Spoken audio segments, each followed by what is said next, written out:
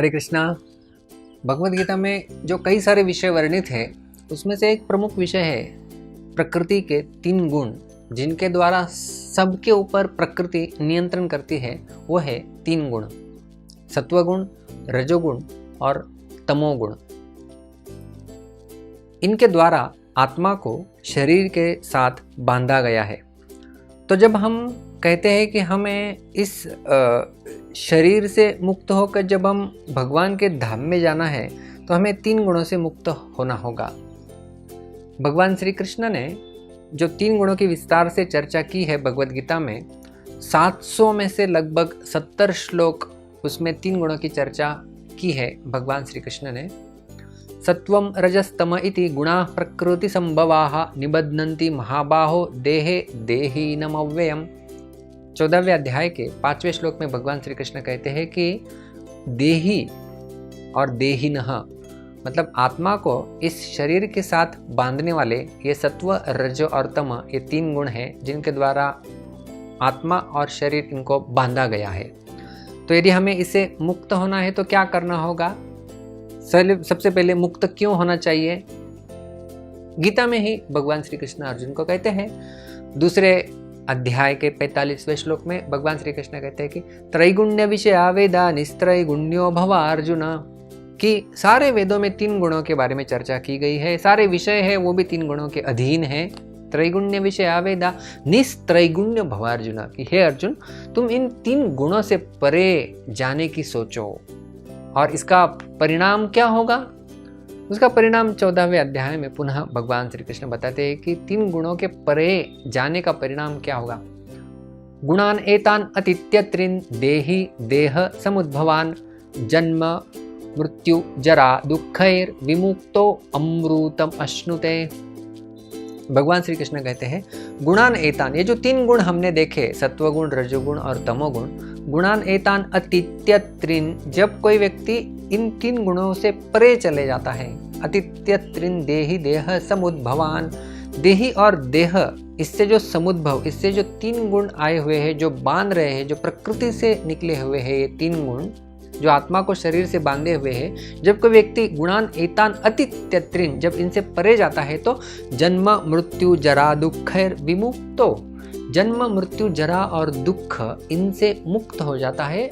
और न केवल मुक्त हो जाता है, अमृतम अश्नुते, वह व्यक्ति एक अमृतमय जीवन का अनुभव कर सकता है, जो कि भगवान के धाम में एक शाश्वत जीवन कहा गया है। उसकी अनुभूति कोई व्यक्ति कर सकता है जब इन 3 गुणों से कोई व्यक्ति परे जाता है। अभी प्रश्न यह उपस्थित होता है कि इन 3 गुणों से परे कैसे चले जाए। जैसे हम लोग देखते हैं कि कोई पंखा चल रहा है और उस पंखे के जो 3 ब्लेड्स होते हैं, और यदि उस पंखे को मुझे रोकना है तो मैं उस पंखे की तरफ नहीं हाथ बढ़ाता मेरा, मैं क्या करता हूँ, उसका एक रेगुलेटर होता है, वहाँ पर मैं जाके रेगुलेट करता हूँ। उसी प्रकार से जो प्रकृति के 3 गुणों का जो पंखा चल रहा है, उसे यदि हमें नियंत्रण में लाना है, उसे यदि रोकना है, तो हम वहाँ पर साक्षात आक्रमण नहीं करेंगे, हम आक्रमण करेंगे ऐसे रेगुलेटर जहाँ से उसका गति नियंत्रित की जा सकती है। तो ये रेगुलेटर कौन सा है जिसके द्वारा 3 गुण नियंत्रित आ सकते हैं? श्रीमद् भागवत में एक बहुत सुंदर श्लोक आता है, आगमोपह प्रजादेशः कालः कर्म च जन्म च ध्यानम मंत्रोत संस्कारो दशैते गुण हेतवः, दश एते गुण हेतवः।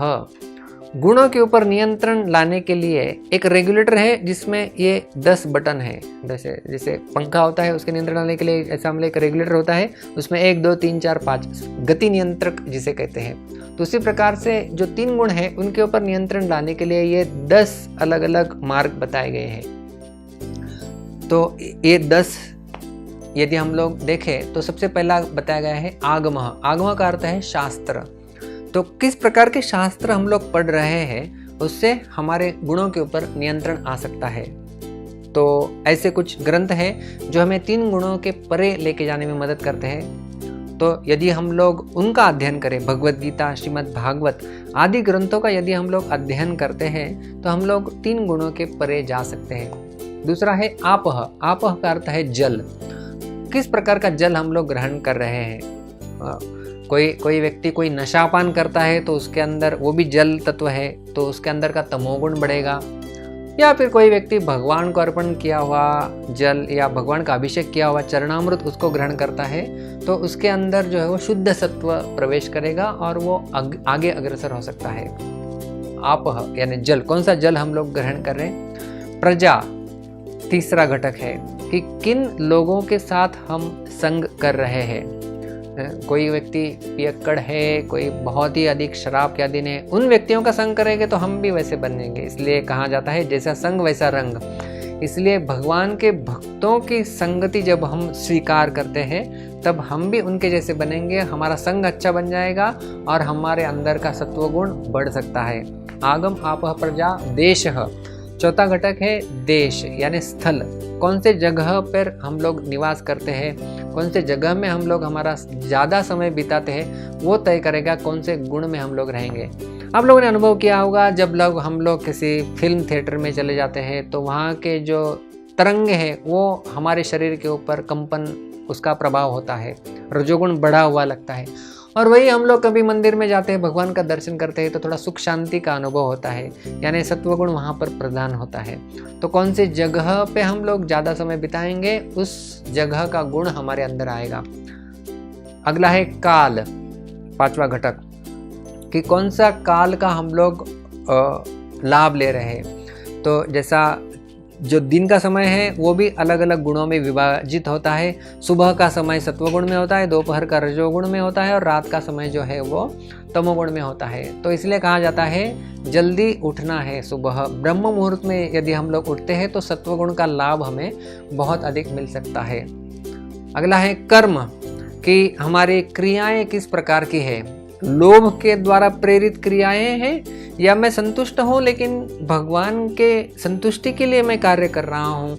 ये कर्म यदि हम लोग नियंत्रित करेंगे तो उससे भी हमारे अंदर का सत्वगुण बढ़ेगा और रजोगुण और तमोगुण शांत हो सकता है।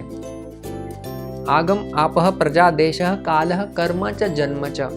जन्म है कि कौन सी परिस्थिति में व्यक्ति का जन्म हुआ है। अभी हमारा जन्म तो पहले से ही हो चुका है, उसके ऊपर हमारा नियंत्रण तो नहीं होगा, लेकिन आने वाली पीढ़ियों को जब हम जन्म देंगे तब इस मुद्दे को हम लोग ध्यान में रख सकते हैं। उसके बाद अगला घटक आता है ध्यान, कि किसका हम लोग ध्यान कर रहे हैं हम जीवन यापन करते हुए। कि जब हम भगवान का ध्यान कर रहे हैं या हम लोग केवल हर बार मेरे पैसे में वृद्धि कैसे हो, उसने मुझे ये कहा, क्या किसने कहा, इसके ऊपर ध्यान दे रहे हैं। तो ध्यान का विषय हमें परिवर्तित करना है यदि हमें गुणों से परे जाना है तो। अगला नौवा घटक है मंत्र, कि किस प्रकार से मंत्रों का हम लोग सहारा ले रहे हैं, कि या क्या मंत्र का जप मैं कर रहा हूँ। तो वो भी अलग अलग गुणों में आता है। इसलिए कलयुग में बताया गया है कि कोई व्यक्ति जब हरे कृष्ण महामंत्र का सहारा लेता है, कलौ तद हरि कीर्तनात्, तो वे 3 गुणों से परे जाने के लिए उसे मदद हो सकती है। और अगला है संस्कारो, 10वां घटक।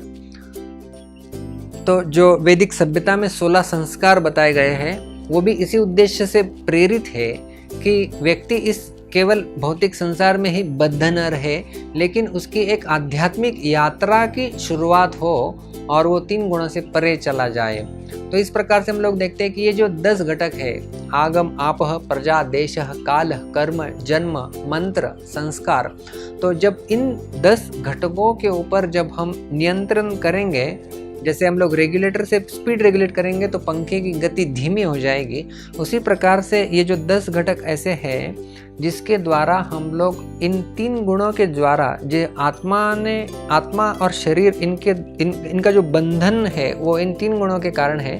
तो यदि इस बंधन से हमें छुटकारा प्राप्त करना है तो ये 10 घटकों के ऊपर यदि हम लोग नियंत्रण लाने का प्रयास करें तो आत्मा और शरीर इनका बंधन छूट सकता है और आत्मा अपनी आध्यात्मिक यात्रा में भगवान के धाम में, जिनका वो शाश्वत अंश है, वहाँ पर जा सकता है और असीमित आनंद और सुख की प्राप्ति वो कर सकता है।